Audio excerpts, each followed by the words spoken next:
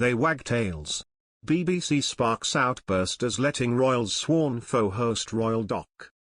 The BBC is in the firing line with their laughable in its stupidity decision by letting presenter Amol Rajan host controversial documentary The Princes and the Press despite his previous anti-royal history. A royal insider, speaking to the Sunday Express, fired the criticism at the broadcaster after they faced mounting controversy over their recent documentary outlining the relationship between Prince Harry, Prince William and the media. The source, who has worked with the BBC for many years, told, "The BBC's decision makes a travesty of its claim to be impartial." Just a cursory glance at Rajan's Twitter feed would have shown that the reporter was biased against the royals to an extent that bordered on rudeness. Mr. Rajan authored a number of anti-royal tweets between 2010 to 2013.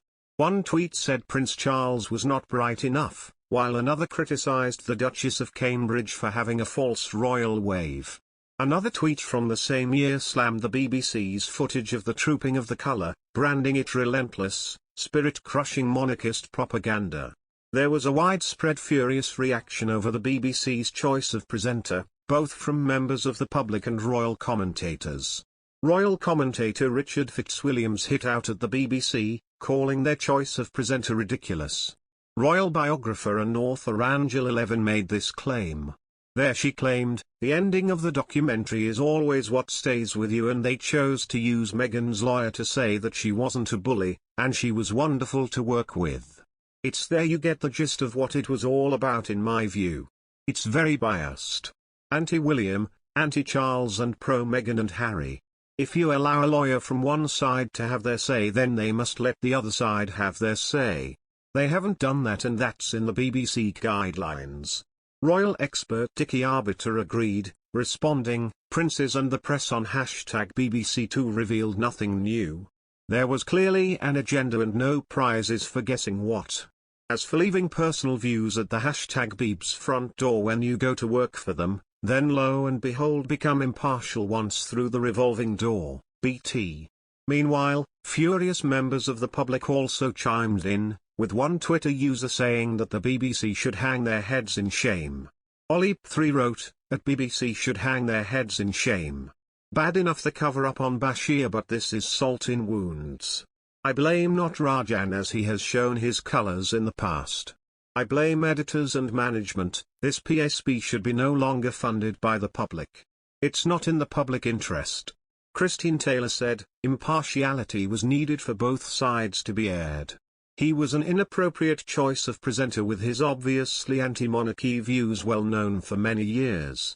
No challenge to the exposed lies of the Oprah show. Very poor choice for BBC as national broadcaster." While Robin D. Horseman added, "The BBC do keep going from one mess to another." Another said, "After the Bashir debacle, how can the BBC turn a blind eye to Amol Rajan and his vile tweets going back to 2012? Someone else added, "Has Amol Rajan been cancelled yet? Isn't that what the wokies do when distasteful, hateful tweets emerge?" Buckingham Palace, Kensington Palace and Clarence House issued a rare joint statement after the first episode of the two-part series was aired, saying, "A free, responsible and open press is of vital importance to a healthy democracy. However, too often it is overblown and unfounded claims from unnamed sources that are presented as facts, and it is disappointing when anyone, including the BBC, gives them credibility." However, the BBC defended its decision to have Mr. Rajan present the two-part documentary, saying that his anti-royal tweets and comment articles predate his time at the BBC. It said, "This article predates Amol's work at the BBC. Once journalists join the BBC, they leave past views at the door. Amol is an experienced BBC journalist who reports on all of the topics he covers in an impartial way and in line with the BBC's editorial guidelines. All BBC current affairs output is required."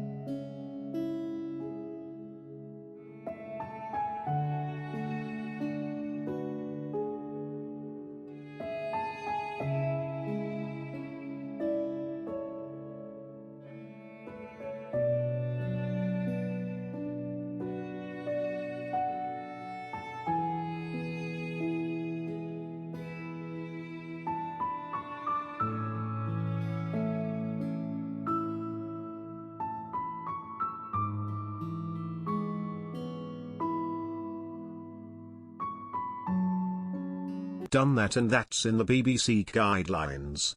Royal expert Dickie Arbiter agreed, responding, "Princes and the press on #BBC2 revealed nothing new. There was clearly an agenda and no prizes for guessing what.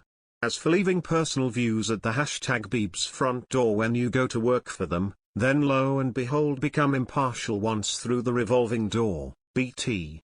Meanwhile, furious members of the public also chimed in, with one Twitter user saying that the BBC should hang their heads in shame.